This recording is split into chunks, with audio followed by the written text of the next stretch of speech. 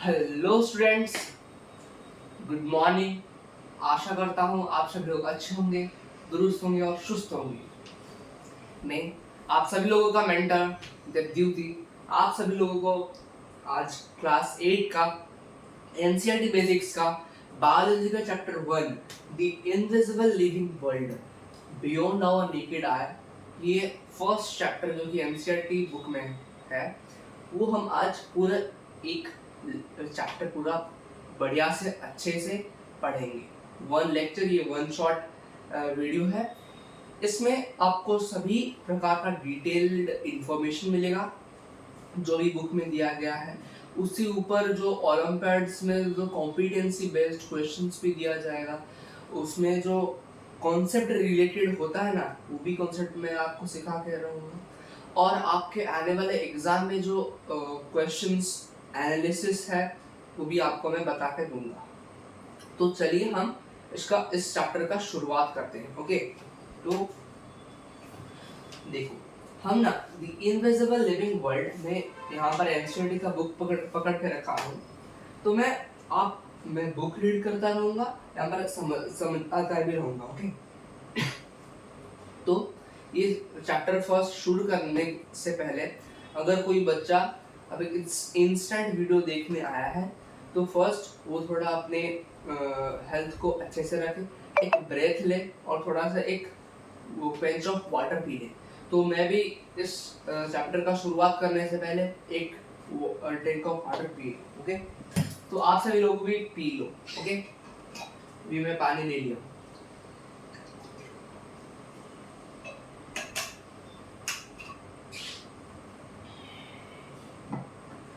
Okay, we are back.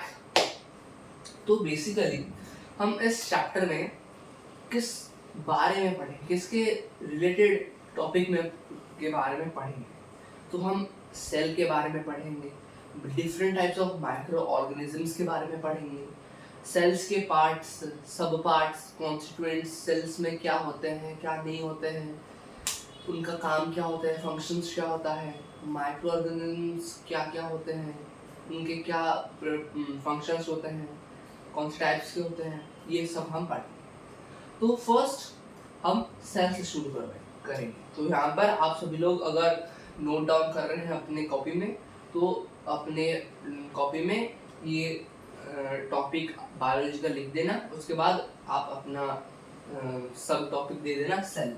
तो यहाँ पर मैं भी यहाँ पर लिख दे रहा हूँ सेल। तो फर्स्ट लाइन में पढ़ रहा हूँ। तो cell is the basic structural fundamental and biological unit of life. तो इसमें 4 वर्ड्स, इंपॉर्टेंट वर्ड्स दिए गए हैं। क्या क्या? बेसिक, स्ट्रक्चरल, एक्चुअली 5 मतलब 4 दिए गए, मैं 5 बता रहा हूँ। ओके, स्ट्रक्चरल, फंक्शनल, फंडामेंटल और एक लास्ट वर्ड दिया गया है fundamental and biological unit of life.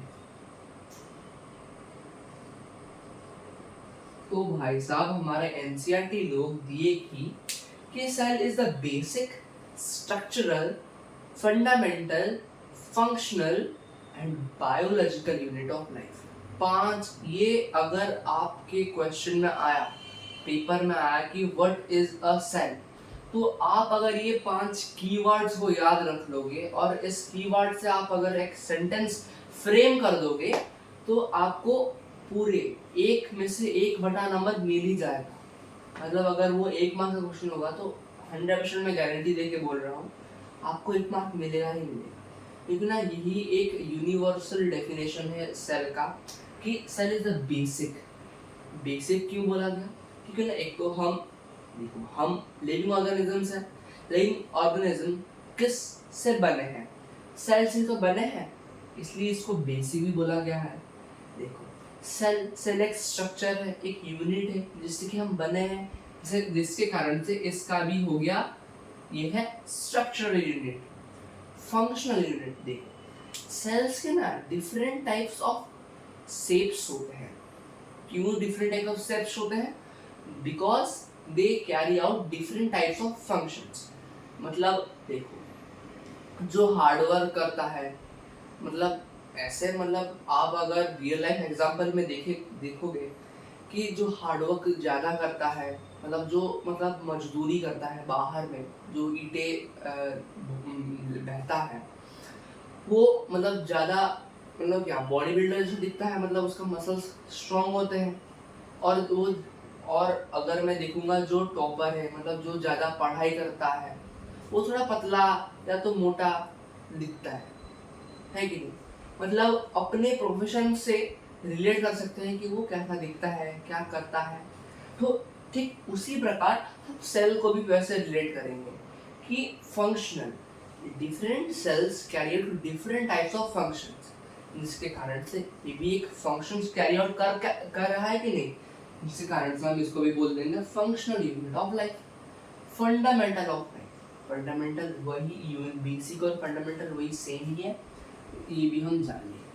और बायोलॉजिकल यूनिट, ये हमारा बायोलॉजिकल टर्म है, बायोलॉजी में हम पढ़ रहे हैं, इसी कारण से ये भी हमारा एक बायोलॉजिकल टर्म हो गया, जो जिसको हम बोलेंगे बायोलॉजिकल यूनिट ऑफ लाइफ। तो यहाँ पर हमने सेल का ब्रेकडाउन कर लिया, वो भी 5 कीवर्ड्स में। उस 5 कीवर्ड्स का हमने मतलब ही समझ लिया। उसके बाद हम सेकंड सेंटेंस से पढ़ेंगे कि that they are so minute that they can be only seen with the help of a microscope.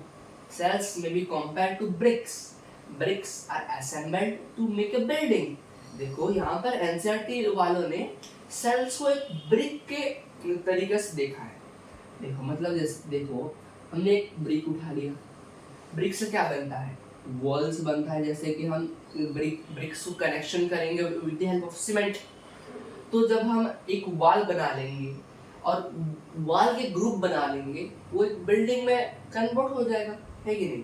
ठीक उसी प्रकार हम जब मतलब सेल्स को यूनाइट कर लेंगे, वो टिश्यू बनाएंगे, और टिश्यू जब हम ग्रुप कर देंगे, वो एक बनाएंगे ऑर्गन, और ऑर्गन जब ग्रुप हो जाएंगे, वो बनाएंगे ऑर्गन सिस्टम, और ऑर्गन सिस्टम जब एक यूनाइट और एकजुट हो जाते हैं, वो एक लिविंग ऑर्गेनिज्म बनवाते हैं।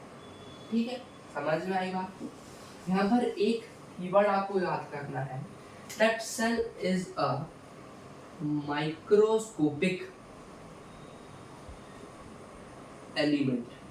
ओके, क्या है माइक्रोस्कोपिक एलिमेंट? क्या है माइक्रोस्कोपिक एलिमेंट का मतलब?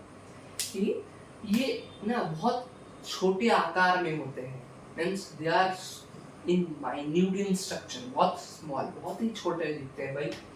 तो इसके कारण से we can not see them with our naked eye, हम अपने आंख से उसको पूरा डायरेक्टली नहीं देख सकते, we can only see them with the help of microscope, जिसके कारण से इसको हम बोल सकते हैं क्या?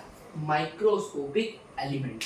क्या? Microscopic element. ये वाला कीवर्ड आपको याद कर जाना है। तो यहाँ पर लिखा है cells are assembled to make the body of every organism. All organisms are composed of cells. मैंने बता दिया living organism से indirectly cells related है कि नहीं? पर cell से बना है living organism. Okay. Some are composed of single cell. Some are composed of several or many cells. So cells can differ greatly in size, shape and activities or functions. मैंने पूरा अच्छे से ब्रीफली आपको introduce कर दिया है cell के बारे में। तो भाई साहब, तो जब हम सेल ही पढ़ रहे हैं, ये हमारे मन में आया कि भाई सेल कहाँ से आ गया भाई, ये तो किसी आदमी ने तो डिस्कवर किया होगा ना। तो हम इसके डिस्कवरी के बारे में अभी हम पढ़ने जा रहे हैं। तो आप ये 5 कीवर्ड, ओके, क्या क्या 5 कीवर्ड है? Basic, structural, functional, fundamental and biological unit, ये 5 कीवर्ड आपको अच्छे से याद करना है।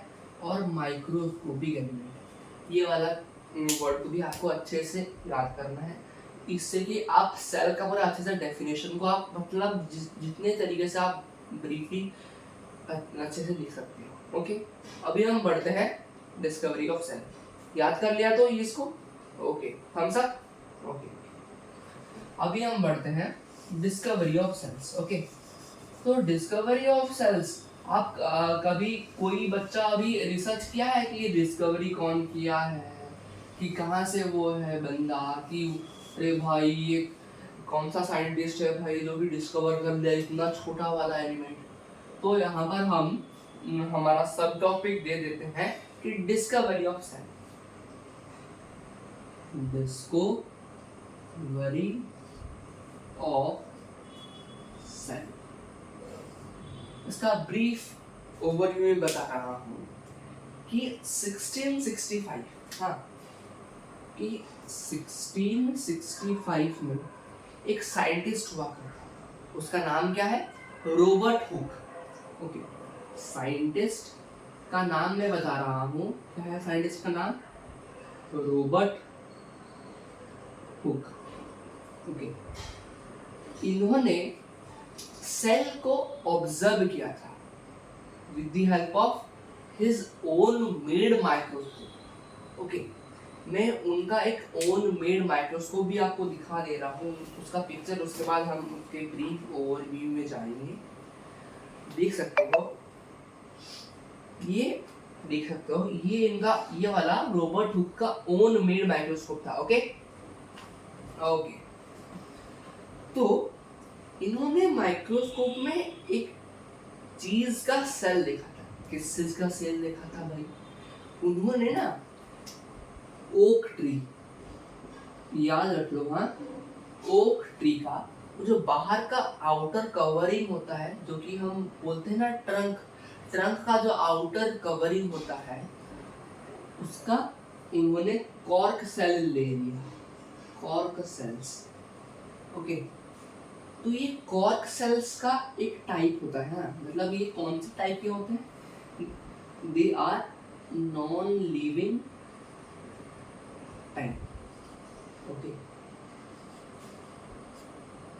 ये सबसे इम्पोर्टेंट टर्म है, हाँ, ये याद करके जाना, ये एग्जाम में 100% आएगा, मैं ये आपको गारंटी दे रहा हूँ। ओके, तो रॉबर्ट हुक ने कॉर्क सेल्स डिस्कवर किए थे। तो ये कॉर्क सेल्स क्या होते हैं, नॉन लिविंग टाइप सेल्स होते हैं, और ये डेड सेल्स भी हम बोल सकते हैं, इसको हम डेड सेल्स भी बोल सकते हैं। ओके, डेड सेल्स या नॉन लिविंग टाइप सेल्स।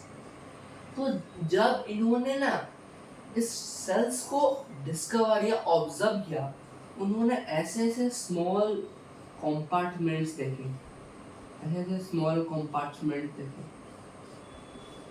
ये कंपार्टमेंट्स क्या है, ये ऐसे ऐसे स्मॉल रूम लाइक स्ट्रक्चर्स देखे। इन्होंने इन स्मॉल टाइनी कंपार्टमेंट्स को नाम दे दिया, क्या नाम दे दिया, सेल्स। अभी बात समझ में आ गया कि सेल ये नाम कहाँ से आ गया, कहाँ से कौन डिस्कवर किया। ओके, इन टाइनी कंपार्टमेंट्स को इन्होंने नेम कर दिया सेल्स। तो इन्होंने जब अपने माइक्रोस्कोप से ऑब्जर्व किया था, देखो हमारे आँख से तो अच्छे से हमारे सेल नहीं दिख सकते, उनके माइक्रोस्कोप में वो सेल, मतलब वो कॉर्क सेल 200 to 300 टाइम्स ज्यादा मैग्नीफाइड इमेज दे रहे थे।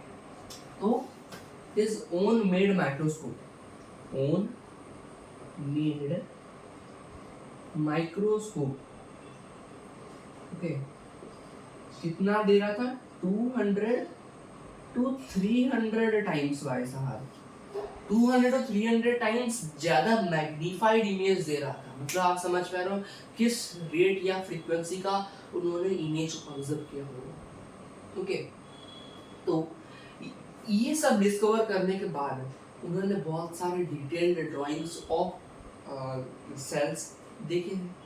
मतलब वो जो देखे वो एक बुक में तो या नोट में तो वो नोट डाउन करते होंगे ना, नहीं तो उनको इतना सारा चीज याद कैसे रहेगा। तो उन्होंने एक बुक में डिटेल्ड ड्राइंग्स किया, जो कि उन्होंने ऑब्जर्व किया था अपने एक्सपेरिमेंट्स के थ्रू। वो जो डिटेल्ड ड्राइंग्स एक बुक में वो किए थे, उस बुक का नाम क्या है, उस बुक का नाम है माइक्रोग्राफिया। क्या है बच्चों? माइक्रोग्राफिया, ये है उसका नाम। Okay, Micrographia. तो इसमें सबसे इम्पोर्टेंट क्वेश्चन यही मतलब डेवलप होता है, मतलब यही सबसे कॉमनली पूछा जाता है, जो कि बच्चे कंफ्यूज होकर गलत आंसर दे देते हैं। कि क्वेश्चन पूछेगा who firstly discovered this cell. अगर लिखा होगा ओनली सेल, मतलब वो डेड सेल्स या नॉन लिविंग सेल्स को ही दर्शाता है, जिससे कि आपका डायरेक्टली आंसर बन जाएगा रॉबर्ट हुक। ओके, देखो हमने तो यहाँ देखा कि डेड सेल्स इन्होंने डिस्कवर किया था, तो मन में तो ये क्वेश्चन आएगा कि कोई तो होगा जो कि लिविंग सेल्स को भी तो डिस्कवर किया होगा, है कि नहीं? तो ये भी है कि लिविंग सेल्स भी किसी ने डिस्कवर किया है, जिसके बारे में हम अभी पढ़ेंगे। तो फर्स्ट ये जो रॉबर्ट हुक ने जो डिस्कवर किया, क्या क्या ऑब्जर्व किया थ्रू हिज एक्सपेरिमेंट, उनका कीवर्ड आप सब लोग याद करें। देखो फर्स्ट तो आपको ईयर अच्छे से याद करना पड़ेगा। अगर लॉग क्वेश्चन आंसर में आ गया कि who discovered this cell and how, अगर ऐसा क्वेश्चन आ गया तो आपको ये ईयर का अच्छे से याद रखना पड़ेगा। ओके, साइंटिस्ट का नाम भी अच्छे से रखना पड़ेगा, नाम याद। ओके, ये माइक्रोस्कोप कितना इतना ज़्यादा याद इतना नहीं है, पर ये कॉर्क सेल्स, डेड सेल्स, ये दोनों वर्ड्स अच्छे से आपको लर्न करना है। ओके, और ये डिटेल्ड ड्राइंग्स का बुक माइक्रोग्राफिया, ये 4 शब्द आपको अच्छे से याद करना है, इससे आपका लॉन्ग आंसर ब्रीफली आप इंट्रोड्यूस कर सकते। ओके, तो अभी हम बढ़ते हैं डिस्कवरी ऑफ लिविंग सेल्स। भाई लिविंग सेल्स किसने भाई साहब डिस्कवर कर लिया भाई? ओके, इसके बारे में हम पढ़ते हैं। तो लिविंग सेल्स भाई साहब, अगर ये देगा living cells. Okay, living cells किसने डिस्कवर किया था, वो भी कब? एक यहाँ पर मैं लिख देता हूँ कि 16th सेंचुरी में, 16th सेंचुरी में एक साइंटिस्ट हुआ था, वो भी डच साइंटिस्ट। ओके, क्या नाम था? Dutch scientist. यहाँ पर लिखा हुआ है हाँ कि around the same time the 1660s, मतलब वही 16th सेंचुरी के अंदर ही एक डच साइंटिस्ट, क्या है, एक डच साइंटिस्ट हुआ करते थे। उनका नाम क्या है? Antonie van Leeuwenhoek. Antonie van Leeuwenhoek. Okay, इन्होंने एक बैक्टीरिया का मतलब सेल का स्ट्रक्चर को उन्होंने ऑब्जर्व किया था। किसका? बैक्टीरिया का। ओके, मतलब बैक्टीरिया स्पेसिफिकली एनिमल्क्यूल्स, उसमें मतलब एनिमल्स का उनमें जो सेल्स का स्ट्रक्चर होता है ना, उनमें उसी मतलब सिमिलर टाइप ऑफ स्ट्रक्चर्स उन्होंने ऑब्जर्व किया था। तो यहाँ पर मैं लिख देता हूँ ऑब्जर्व्ड, वो एनिमल्स आपको कुछ याद रखना है, observed only bacteria cells. Okay, observed bacteria cells. Okay, observed bacteria cells. ये ना इन्होंने ये जो एंटोनी वैन ल्यूवेनहॉक, इन्होंने बैक्टीरिया सेल्स को ऑब्जर्व किया था, पर इन्होंने थोड़ा ज्यादा पावरफुल माइक्रोस्कोप यूज किया था to acquire more magnified image. ज्यादा मतलब क्या, ज्यादा लेंस वाला, मतलब ज्यादा पावर वाला लेंस इन्होंने यूज किया था इन ए माइक्रोस्कोप। मतलब अगर हम स्पेसिफिकली मॉडर्न साइंस में बोलेंगे इलेक्ट्रॉन माइक्रोस्कोप, जो कि सबसे अभी पावरफुल माइक्रोस्कोप है। ओके, इन्होंने ऑब्जर्व किया थ्रू पावरफुल माइक्रोस्कोप। ओके, इन्होंने मतलब ये जो बैक्टीरिया सेल्स ना बहुत माइन्यूट होते हैं, मतलब क्या बोलूँगा, मतलब बहुत ही छोटे होते हैं। ओके, मतलब ये हम बोलते हैं micro in nature. Okay, micro in nature, इनको हम एक अलग वर्ड से बोल सकते हैं कि they are micro in nature, मतलब वो बहुत स्मॉल होते हैं। ओके, इन्होंने इसी तरह से बहुत सारे माइक्रो एलिमेंट्स को ऑब्जर्व किया है, जिसके कारण से इनको हम बोलते हैं फादर ऑफ माइक्रोबायोलॉजी। क्या बोलते हैं? Father of microbiology. उनके एक्सपीरियंस बनने के बाद उनको हम एक कोड दे देते हैं या फ्रेज दे देते हैं, क्या? Father of microbiology. ओके, तो स्पेसिफिकली देखो 1660s में तो वो ऑब्जर्व किए थे, तो साइंटिफिकली इन्होंने लिविंग सेल्स कब डिस्कवर किया था? 1674 में। ओके, 1674, आपको ये वाला ईयर याद रखना पड़ेगा अच्छे से। ये 16th सेंचुरी आपको याद नहीं रखना है, ओनली 1674 ईयर आपको याद रखना है। ओके, तो यहाँ पर हमने लिविंग सेल्स भी कवर कर लिया। इसमें कौन कौन से कीवर्ड आपको याद रखने हैं ये मैं आपको बता रहा हूँ। फर्स्ट तो हमारा ये ईयर याद रखना पड़ेगा। कौन थे, कौन डिस्कवर किए थे? वो है हमारे एंटोनी वैन ल्यूवेनहोक जी। ओके, क्या डिस्कवर, मतलब क्या ऑब्जर्व किए थे? बैक्टीरिया सेल्स को ऑब्जर्व किए, और उनको क्या बोला जाता है? Father of microbiology. ओके, इसमें भी वही 4 कीवर्ड आपको अच्छे से याद रखना है। इसमें भी एक क्वेश्चन जनरेट हो सकता है कि हम अगर क्वेश्चन आया who first discovered the living cells, तो हम क्या आंसर बोलेंगे? Antonie van Leeuwenhoek. अगर सिंपली ऐसा क्वेश्चन आ जाएगा कि who first discovered the cells, repeat कर रहा हूँ, ओनली सेल्स दिया गया है, तो उसका आंसर होगा रॉबर्ट हुक। ये 2 क्वेश्चंस आपको अच्छे से अपने कॉपी में हाईलाइट कर लेना है। बहुत ही इंपॉर्टेंट क्वेश्चन है, ये मैं बता के बोल रहा हूँ कि ये आपको अच्छे से याद रखना है। अगर क्वेश्चन में आ गया तो आप उसमें फाड़ दोगे, है कि नहीं? Thums up. ओके,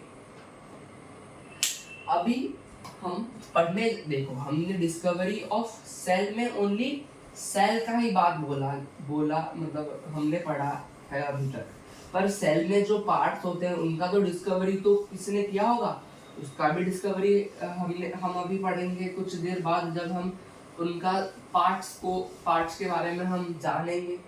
ओके, इससे पहले हमने 2 इंस्ट्रूमेंट, मतलब एक ही इंस्ट्रूमेंट दोनों पीरियड्स में हमने एक इंस्ट्रूमेंट कॉमन देखा, क्या? माइक्रोस्कोप। कि दोनों ही साइंटिस्ट माइक्रोस्कोप ही यूज किए थे। ओके, मतलब यहाँ पर माइक्रोस्कोप का एक बड़ा ही इम्पोर्टेंट रोल था, एक्टिव रोल था। तो माइक्रोस्कोप ना एक कॉम्पाउंड माइक्रोस्कोप बोलते हैं ना, मैं मतलब बायोलॉजिकल टर्म से हम कॉम्पाउंड, मतलब माइक्रोस्कोप को कॉम्पाउंड माइक्रोस्कोप बोलते हैं।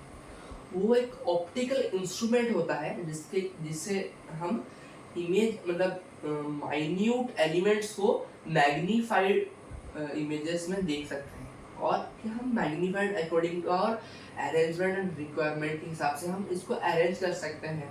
ओके, फोकस कर सकते हैं। ओके, तो हम यहाँ माइक्रोस्कोप का स्ट्रक्चर हम पढ़ लेंगे, जिसके कारण से हमको एक माइक्रोस्कोप का ब्रीफ ओवरव्यू भी आ जाएगा। ओके, तो यहाँ पर मैं एक स्ट्रक्चर बना दे रहा हूँ। ओके, आप मैं जब स्ट्रक्चर बनाता हूँ आप उस टाइम थोड़ा सा ब्रेक या पानी पी सकते हो, या तो आप यूरिनल भी जा सकते हो।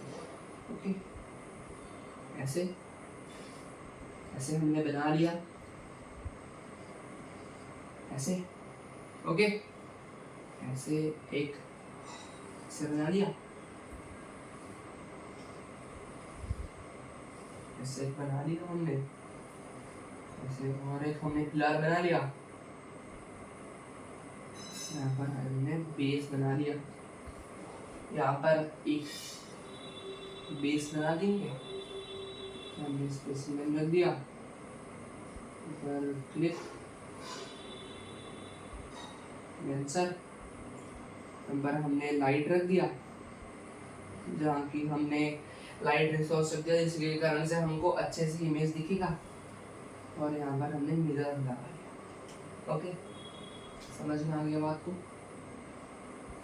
ओके, तो रुक जाओ, यहाँ पर हम इसको क्या कर सकते हैं कि ना यहाँ पर एक हम एडजस्टमेंट कर देते हैं कि ऐसे ऐसे, यहाँ पर ऐसे, ठीक है, वही बन गया हमारा माइक्रोस्कोप। अभी हम इसका स्ट्रक्चर को हम नेमिंग करेंगे। तो यहाँ पर होता है हमारा आईपीस, ये हमारा बॉडी ट्यूब, ये तीनों 1 2 3, ये तीनों हमारा है ऑब्जेक्टिव लेंस। ओके, ये हमारा स्टेज है, ये हमारा ग्लास का स्लैब है, और यहाँ पर ना हम जो इधर जो रखेंगे जिसके ऊपर हम मैग्नीफाई या ऑब्जर्व करेंगे वो हमारा स्पेसिमेन बन गया। और हम स्पेसिमेन को जहाँ पर होल्ड करके रखे हैं उनको हम बोलेंगे क्लिप।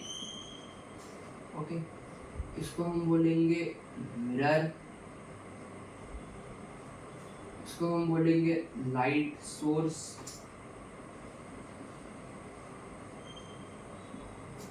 और जहाँ पर लाइट सोर्स है उसको हम बोलेंगे बेस। ओके, इसको हम बोलेंगे पिलर, एडजस्टिंग नोब को हम बोलेंगे स्विवल, इसको हम बोलेंगे आर्म। ये ना यहाँ पर दो एडजस्टमेंट के लिए हमको 2 नॉब्स दिए हैं। ओके, फर्स्ट ये वाला, सेकंड वाले नॉब को हम बोलेंगे फोकस एडजस्टमेंट। एडजस्टमेंट को मैं ए से डिनोट कर रहा हूँ, और ये वाला हमारा है कोर्स, COARSE, कोर्स एडजस्टमेंट। तो ये दोनों ही हमारा फोकसिंग नोब्स है। ओके, ये आप स्ट्रक्चर ऑफ माइक्रोस्कोप को अच्छे से, मतलब कॉम्पाउंड माइक्रोस्कोप को अच्छे से देख लिया। तो अभी मैं इनका, हम इसको कैसे यूज करते हैं आपको दिखा रहा हूँ। कि देखो, हमने सोच लो कि हम स्टोमेटा को ऑब्जर्व करेंगे तो लीफ में, तो हमने लीफ को एज ए स्पेसिमेन एक ग्लास स्लैब के ऊपर through the use of clip हमने यहाँ पर होल्डन कर लिया स्टेज के ऊपर। तो अपने लेंस के हिसाब से हमको कितना मैग्नीफाइड इमेज चाहिए उसको हम रोटेट कर सकते हैं। तो यहाँ पर लेंस लगा होता है डिफरेंट टाइप्स ऑफ पावर्स का। ओके, जैसे होता है 100x, 400x, 800x, 1200x, इतना पावर्स का आता है लेंस। उसको हम अपने रिक्वायरमेंट के हिसाब से रोटेट कर सकते हैं, जिसके कारण से हमको ज़्यादा मैग्नीफाइड इमेज दिखता है। तो अकॉर्डिंग आवर रिक्वायरमेंट इसको हम भी रोटेट कर सकते हैं, इसको ऐसे टू एंड फ्रो मोशन में भी हम मूव कर सकते हैं। और यहाँ पर हमने लाइट दे दिया, और उसके ऊपर लाइट के ऊपर मिरर होता है जिसके कि हमारा कॉनकेव कॉन्वेक्स लाइट जाता है, जिसके कारण से हमको अच्छे से और ब्रीफ मैग्नीफाइड इमेज बनता है। ओके, ये ऑब्जेक्टिव लेंस से हमको ज़्यादा मैग्नीफाइड इमेज बनता है, और आईपीस ज़्यादा डिस्टेंस तक हमको डिटेल्ड इमेज देता है। ओके, पढ़ लिए अच्छे से। अगर आपको ये स्ट्रक्चर हेल्पफुल लगा, अगर आपको अच्छे से भी अगर याद रह गया, आपको अगर मैं पढ़ा दिया तो ये आप याद रख सकते हो या तो लिख भी सकते हो। 2 मिनट के लिए आपको ये दे रहा हूँ, आप कर भी सकते हो। ओके, या स्क्रीनशॉट भी ले सकते हो। तो अभी थोड़ा सा मतलब 10 सेकंड्स का आप ब्रेक ले लो पानी पीने के लिए। मेरी पानी पीता हूँ।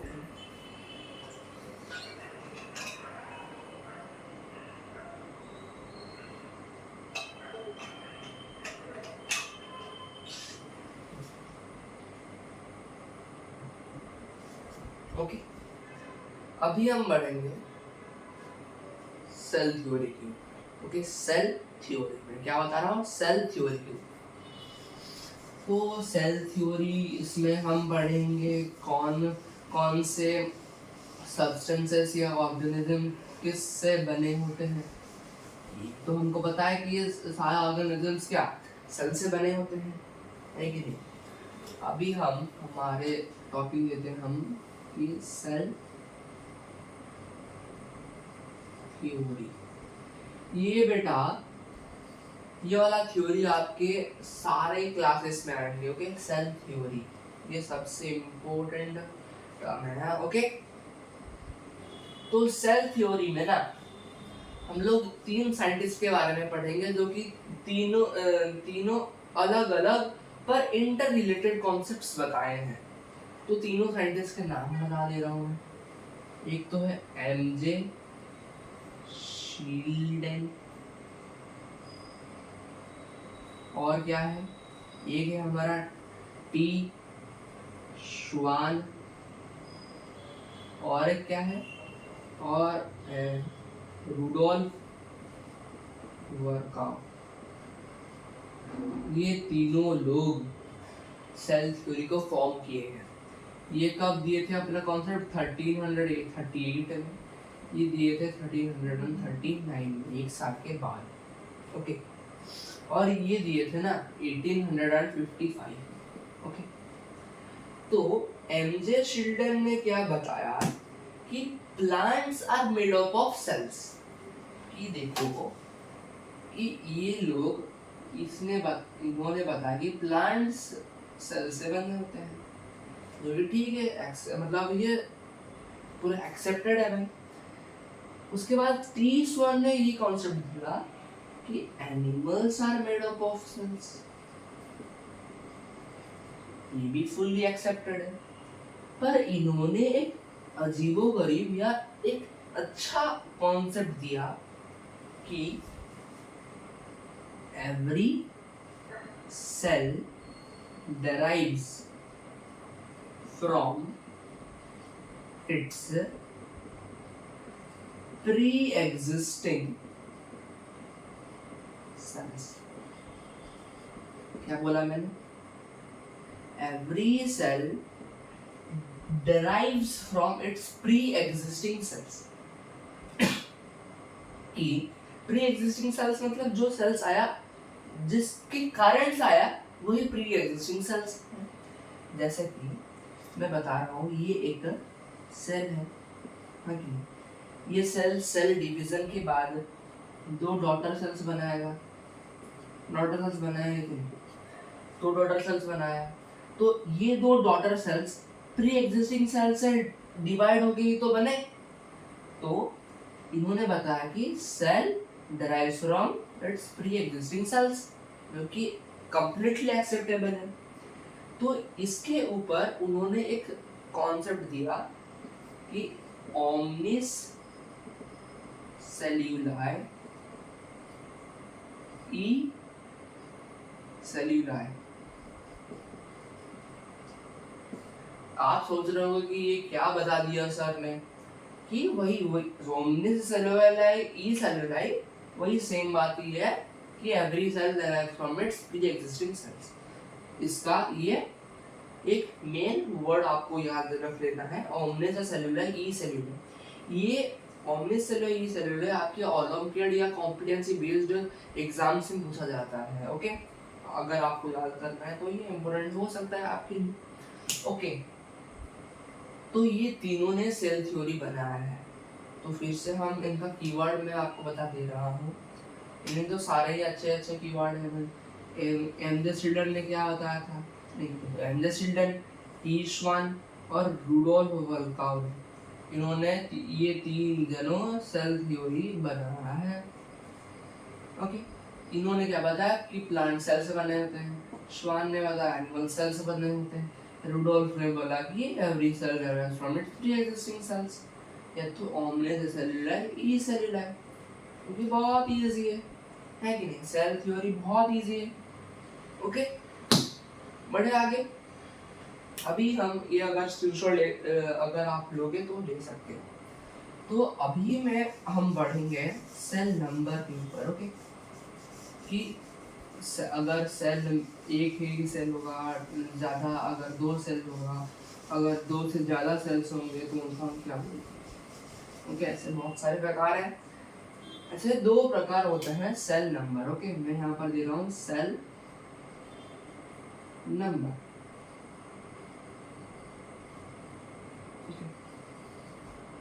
Cell number, they are differentiated into two types। एक होता है हमारा यूनिसेल्यूलर और एक होता है हमारा मल्टी सेल्यूलर। यूनिसेल्यूलर क्या है भाई? वो एक सिंगल सेल से बना होता है, सिंगल सेल। और मल्टी सेल्यूलर क्या होता है? It is made up of multiple sales.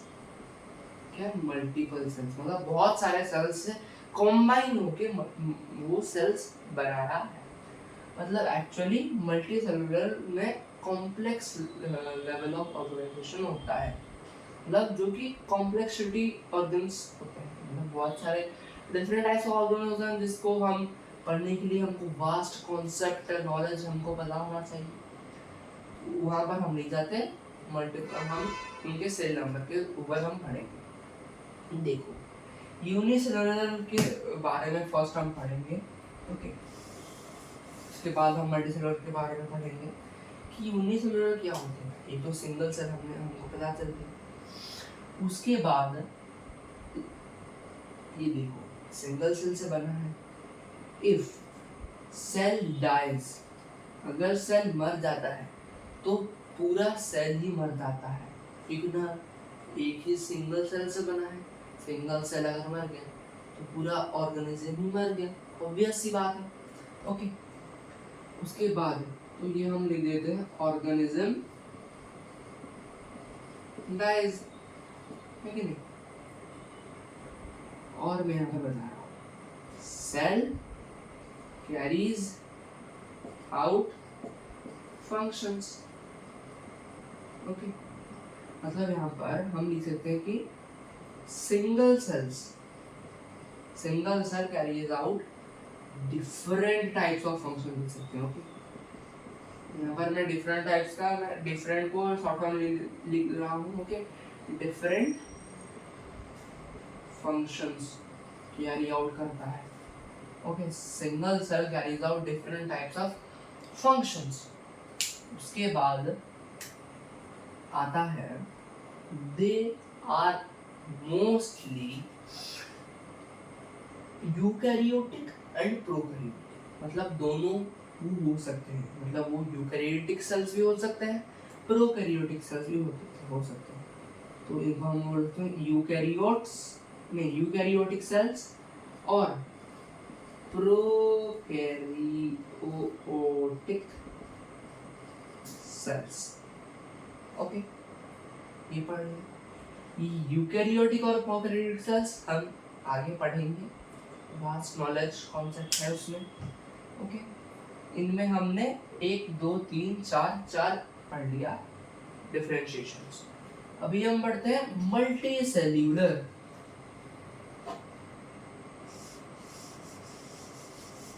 Multi cellular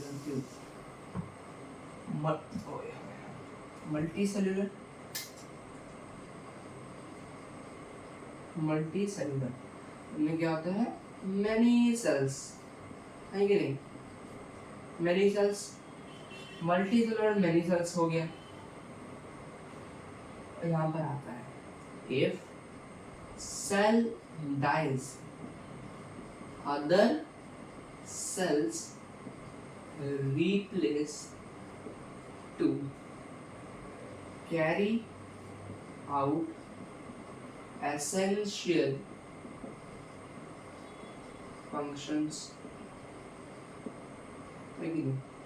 देखो, एक तो मल्टीसेलुलर ऑर्गेनिज्म बहुत सारे सेल से होके बना है, और अगर एक सेल मर जाता है तो अदर सेल्स उनको रिप्लेस कर देते हैं to carry out their essential functions. अगर फंक्शंस वो कैरी आउट नहीं करेंगे तो थ्राइव कैसे करेंगे, बचेंगे कैसे? तो ये एक अनदर पॉइंट हो गया। और इसमें आते हैं कि there is complex level of organisation, ये मैंने बताया था। और हमने और एक लास्ट पॉइंट हम बता सकते हैं, दे आर प्रोकैरियोटिक में they are eukaryotic cells, they have eukaryotic cells, या तो हम इनको बोल सकते हैं यूकैरियोट्स। ओके, इनमें भी हमने 4 डिफरेंशिएशन पढ़ लिया। तो क्या था, एक तो ये मेनी सेल से बने होते हैं, अगर cell dies other cells replace themselves, there is complex level of organisation and they are mostly eukaryotic cells. Okay, cell number हमने पढ़ लिया। उसके बाद हम पढ़ेंगे सेल का शेप के बारे में। ओके, तो इससे बढ़ने से पहले हम यहाँ पर एक वर्ड हमने पढ़ा है कि लेवल ऑफ ऑर्गेनाइजेशन। ये लेवल ऑफ ऑर्गेनाइजेशन क्या है? ये एक साइक्लिक मैनर है, हमने पढ़ा है, बहुत ही इजी है कि सेल जब यूनाइट होता है वो टिश्यू बनता है, टिश्यू जब यूनाइट होता है तो वो ऑर्गन बनता है, ऑर्गन जब यूनाइट होता है तो वो ऑर्गन सिस्टम बनाता है, ऑर्गन सिस्टम जब यूनाइट होता है तो वो एक ऑर्गेनिज्म बनता है। ये तो हमने पढ़ा है कि ये लेवल ऑफ ऑर्गेनाइजेशन हो गया। ओके, इनमें ये लेवल ऑर्गेनाइजेशन कॉम्प्लेक्स होता है, किसमें? मल्टीसेलुलर ऑर्गेनिजम्स में। ओके, सेल नंबर हमने पढ़ लिया, अभी हम पढ़ेंगे सेल शेप के बारे में। सेल शेप के बारे में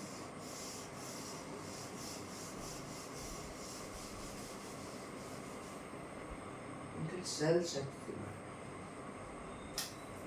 तो सेल शेप, इस शेप से आपको क्या मन में आ रहा है? इसका शेप कैसा होगा, ऐसे होगा कि वैसे होगा, ऐसे मन में आपको कुछ सवाल आ रहे हैं, है कि नहीं? तो यहाँ पर एक सबसे इम्पोर्टेंट पॉइंट आपको याद रखना है कि शेल नहीं, shape of the cell does not depend on the size of the organism, but it depends on the function it carries out। मतलब मैंने जो सेंटेंस बोला उसका मतलब क्या है कि देखो, एक मतलब उस ऑर्गेनिज्म का साइज जितना भी बड़ा हो, वो बड़ा हो, छोटा हो, मोटा हो, पतला हो, जो भी हो, उससे सेल का शेप हम डिफाइन या डिटरमाइन नहीं कर सकते। क्यों नहीं कर सकते?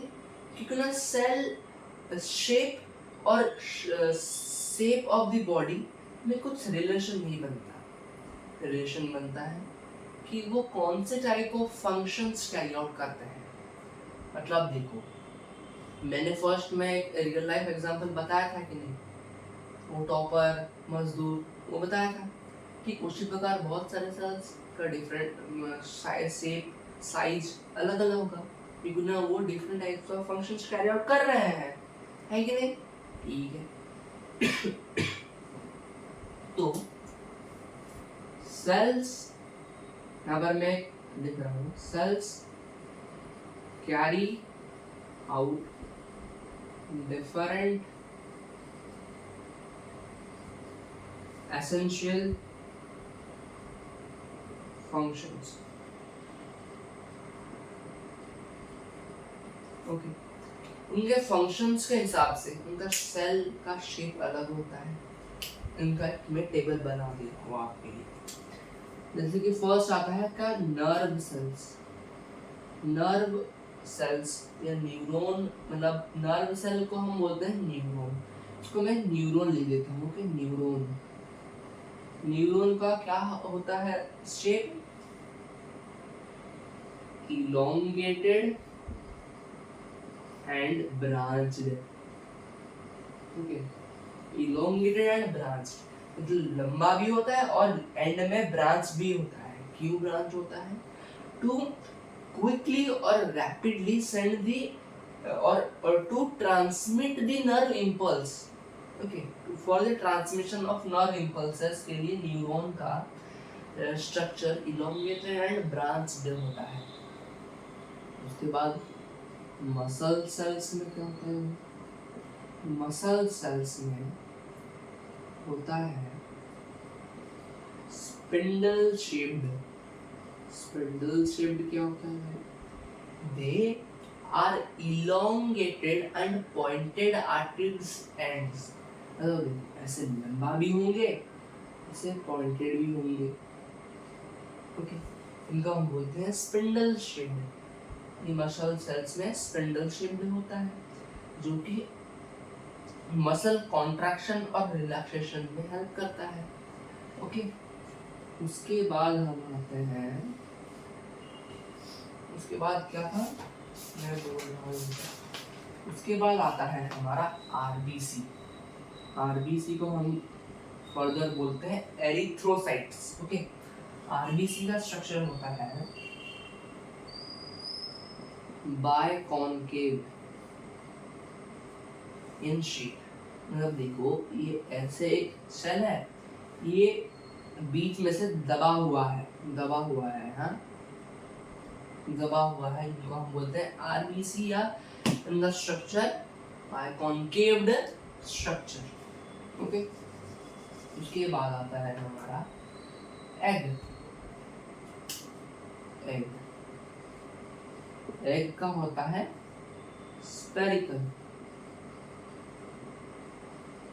Spherical in structure. उसके बाद आता है हमारा एमोइबा।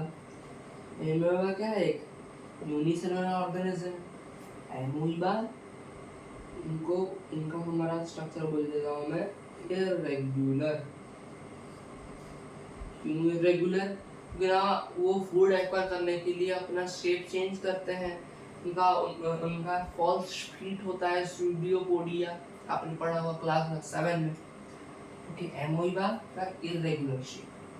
उसके बाद हमारा आता है बोन का सेल। सो क्या होते हैं? Only branched. उसके बाद आता है हमारा लिवर सेल। उनका होता है पॉलीगोनल। पॉलीगोनल का मतलब स्ट्रेट लाइन से बना हुआ जो शेप, वैसे शेप का ये होता है। तो ये टेबल मैंने बना लिया आपके लिए। ये वाला टेबल अगर आप अच्छे से समझ जाओगे या आप अच्छे से लर्न कर दोगे तो आपके लिए ही बेनिफिशियल होगा। ओके,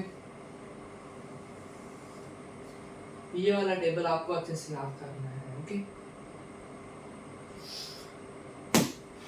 अभी हम बढ़ते हैं कुछ शेल्स के डिफरेंशिएशन के बारे में। जैसे कि हमने पढ़ा cell shape, shell number. Okay, तो इसमें हम कुछ फैक्ट्स पढ़ेंगे कि हमारे मन में तो आया होगा कि सबसे स्मॉलेस्ट सेल कौन सा होगा, सबसे बड़ा सेल कौन सा होगा, सबसे बड़ा ह्यूमन सेल कौन सा होगा। ओके, तो हम यहाँ पर लिखते हैं first smallest cell. Smallest cell कौन सा है? हमारा माइकोप्लाज्मा। ओके, इनका साइज होता है 0.3 माइक्रोमीटर। ओके, ये माइकोप्लाज्मा एक पीपीएलओ ऑर्गेनिज्म होता है। ओके, ये लिखेगा पीपीएलओ ऑर्गेनिज्म है। ये पीपीएलओ का मतलब क्या है भाई? पीपीएलओ का मतलब है प्लूवेरो न्यूमोनिया लाइक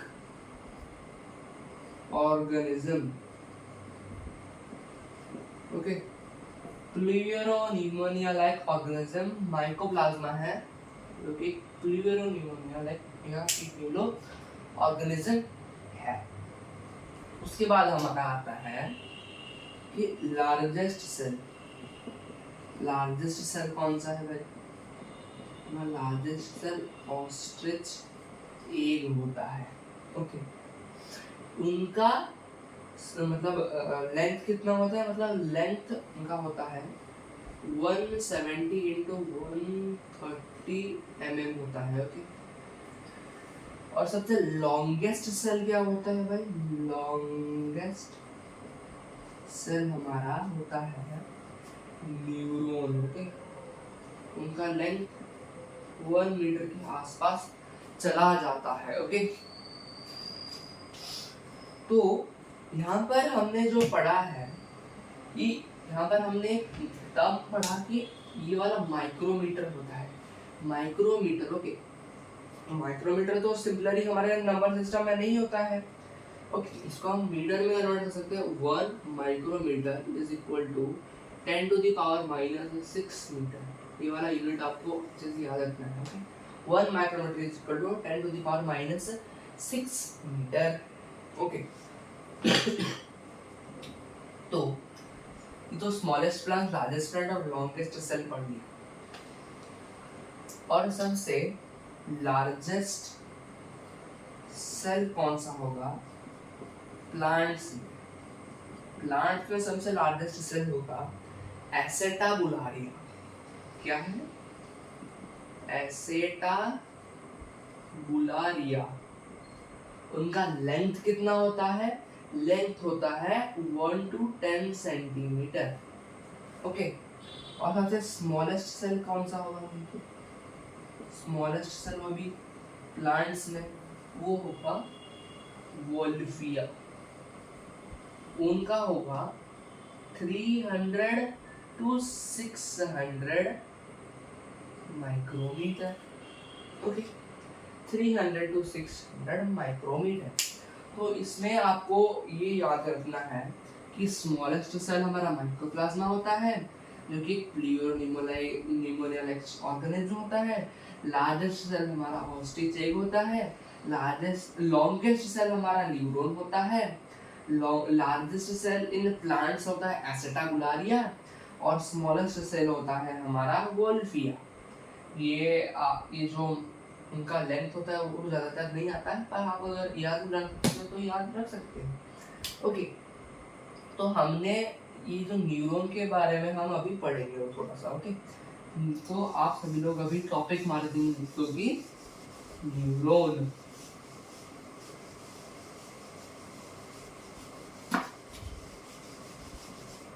ओके, तो neuron will be our last topic for our this part. तो ये जो मैं वीडियो देने वाला हूँ ये पार्ट्स में देने वाला हूँ। तो पार्ट 1 लेक्चर के लिए न्यूरॉन हमारा लास्ट टॉपिक है। ओके, तो यहाँ पर आ रहा है न्यूरॉन।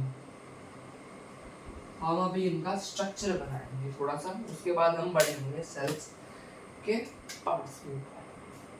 नेक्स्ट पार्ट ऐसे इनके पंख बना लिए भाई, पंख जैसे है इनके ना।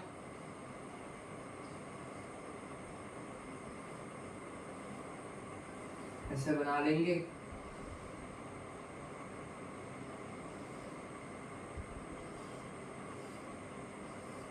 ओके, यहाँ से भी थोड़ा थोड़ा सा निकाल देंगे। हेयर लाइक स्ट्रक्चर, यहाँ पर एक छोटा सा न्यूक्लियस बना देंगे।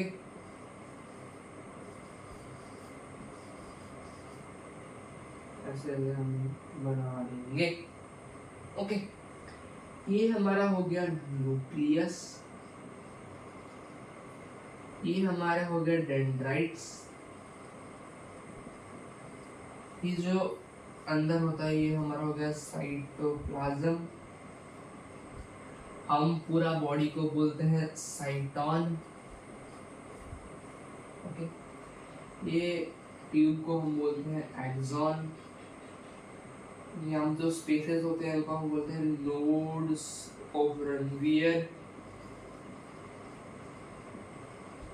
और ये जो कवरिंग जैसे दिख रहे हैं उनको हम बोलते हैं